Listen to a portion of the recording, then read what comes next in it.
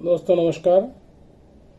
मैं हूं आपका दोस्त एडवोकेट विमल कुमार छाजेड़, सेवानिवृत्त उप संचालक अभियोजन। आज हम एक नई सीरीज प्रारंभ करने जा रहे हैं। पंचायत चुनाव की अधिसूचना पूर्व में ही जारी हो चुकी है। आज नगर निगम, नगर पालिकाएं, नगर परिषद के लिए भी अधिसूचना जारी हो गई है। 2 चरणों में दिनांक 6 जुलाई और 13 जुलाई को निकाय चुनाव के मतदान होंगे।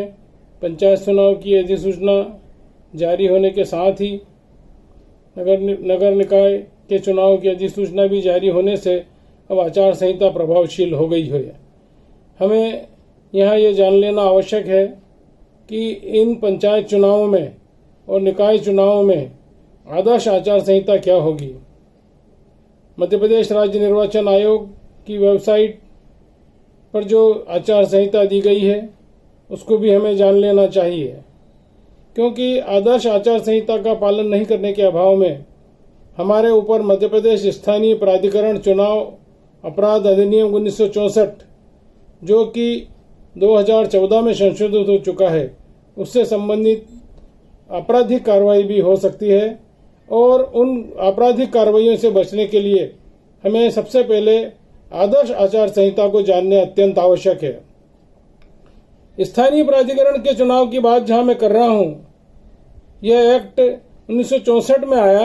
1964 के इस एक्ट के अनुसार स्थानीय प्राधिकरण में नगर निगम, नगर पालिकाएं, नगर परिषद, ग्राम पंचायत, जनपद पंचायत, जिला पंचायत सभी शामिल हैं। इसलिए हमें राज्य निर्वाचन आयोग के जो निर्देश हैं और उनकी जो आदर्श आचार संहिता है उसका पालन करना अत्यंत ही आवश्यक है। आदर्श आचार संहिता में अभ्यर्थी जो कि उम्मीदवार है, चाहे वो पंचायत में उम्मीदवार हो, चाहे जनपद पंचायत का उम्मीदवार हो, चाहे जिला पंचायत का उम्मीदवार हो, या नगर निगम, नगर पालिका, नगर पंचायत, नगर परिषद, सभी चुनावों में उम्मीदवार के लिए एक आदर्श आचार संहिता बनाई गई है। इस आदर्श आचार संहिता में धर्म, जाति, संप्रदाय के आधार पर हम किसी की भावनाओं को ठेस नहीं पहुंचाएंगे तथा तनाव पैदा नहीं करेंगे। चुनाव प्रचार में धर्म, जाति, संप्रदाय का सहारा नहीं लेंगे।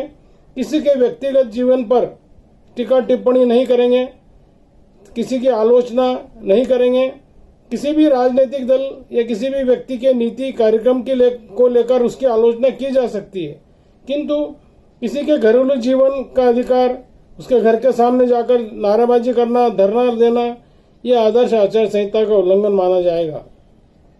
साथ ही दोस्तों, मंदिर, मस्जिद, गिरजाघर, पूजा स्थल को चुनाव के दौरान उनका उपयोग करना पूरी तरह निषिद्ध किया गया है।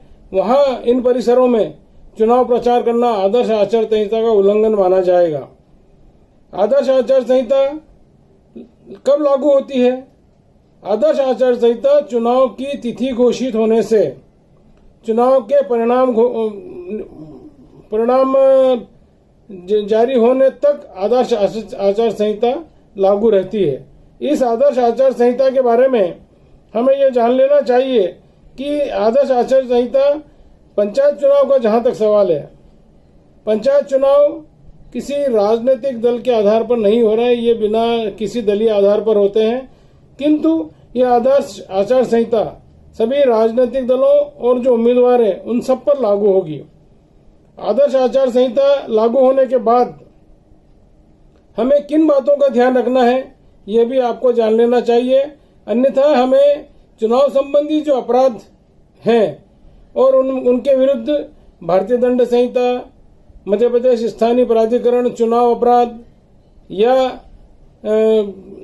कोलाहल नियंत्रण अधिनियम या संपत्ति विरूपण अधिनियम, ये जो भी प्रकार के अपराध चुनाव के दौरान घटित होते हैं उनके अंदर हमारे विरुद्ध कार्रवाई हो सकती है। तो प्रत्येक अभ्यर्थी को और ये जान लेना चाहिए कि आदर्श आचार संहिता में हमें किन बातों का पालन करना चाहिए।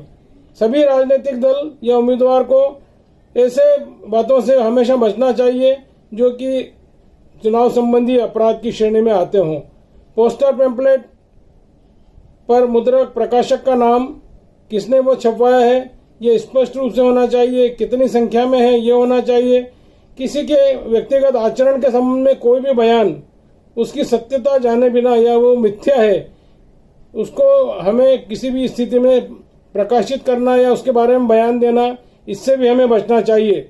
चुनाव की सभा में गड़बड़ी करना, किसी में विघ्न पैदा करना, मतदान के 48 घंटे पहले सार्वजनिक सभा करना, मतदाता को रिश्वत देना, उसको पारितोषिक देना या कोई प्रलोभन देना वोट देने के लिए, ये भी आदर्श आचार संहिता का उल्लंघन है।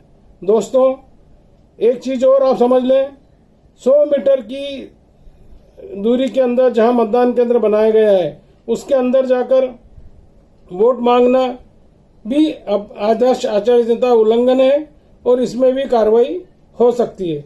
किसी भी व्यक्ति का नाम मतदाता सूची में है, कोई फर्जी व्यक्ति जाकर मतदान करना चाहता है तो वो भी अपराध की श्रेणी में है। आईपीसी में भी अपराध बताया गया है और ये स्थानीय चुनाव प्राधिकरण जो अधिनियम 1964 है इसमें भी अपराध बताया गया है। किसी भी राजनीतिक दल, देखिए ये बहुत इंपॉर्टेंट बात है, इसको जरूर जान लेना चाहिए, क्योंकि पंचायत चुनाव बिना किसी आधार के, बिना किसी दलीय आधार के चुनाव हो रहे हैं। मतलब यहाँ कोई किसी भी राजनीतिक दल का उम्मीदवार घोषित नहीं होता है।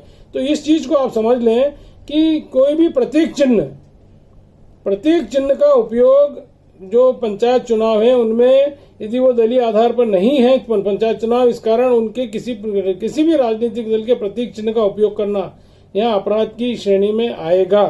मतदाता को प्रभावित करने के लिए निजी धन से कोई भी धार्मिक आयोजन करना, सांस्कृतिक आयोजन करना, किसी नए निर्माण कार्य की घोषणा कर देना, यह सब भी आदर्श आचार संहिता का उल्लंघन माना जाएगा। आदर्श आचार संहिता की बात जो मैंने आज आपको बताई, आज राज्य निर्वाचन आयोग ने जो विज्ञप्ति जारी की, जो नामांकन पत्र दाखिल किए जा रहे हैं उनमें एक शपथ पत्र भी प्रस्तुत किया जाना है। उसका फॉर्मेट भी अवेलेबल है। उस फॉर्मेट में हमको आय व्यय का ब्यौरा, शैक्षणिक ब्यौरा, जाति संबंधी प्रमाण पत्र और उनके किस आधार पर आप ये कौन से दल से संबंधित है, कौन सी जाति से संबंधित है, ओबीसी में का आरक्षण है, तो वो प्रमाण पत्र आपको देना पड़ेगा। तथा उसमें हमें आपको एक इम्पोर्टेंट बात और उसमें जोड़ दी गई कि यदि आपकी सरकार को कोई देनदारी है तो वो भी नोटिस आपको लाके देना पड़ेंगे, चाहे वो देनदारी पंचायत की हो, जनपद पंचायत की हो।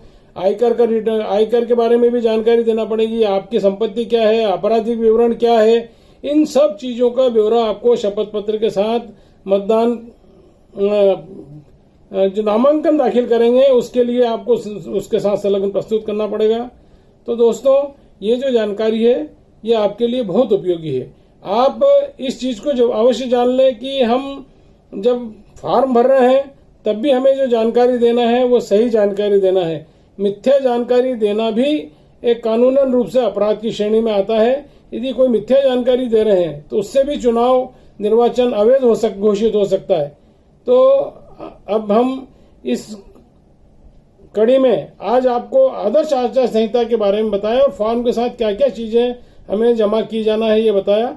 हम लगातार इसके अपराध क्या होंगे, अपराध संज्ञेय होंगे, अपराध असंज्ञेय होंगे, कौन कौन सा अपराध कब बनेगा, उसके लिए किसकी अनुमति की जरूरत लगेगी, क्या उसके लिए अभियोजन स्वीकृति की आवश्यकता लगेगी, इन सब चीजों पर हम अगली कड़ी में विस्तार से बात करेंगे।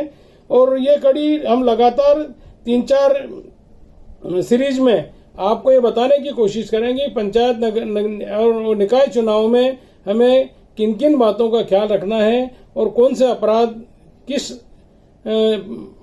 श्रेणी के होंगे तथा उनका विचारण कहाँ होगा, उनमें सजा कितनी है, उनके जमानती है, अजमानती है, इन सब बातों पर हम विस्तार से बात करेंगे। नमस्कार।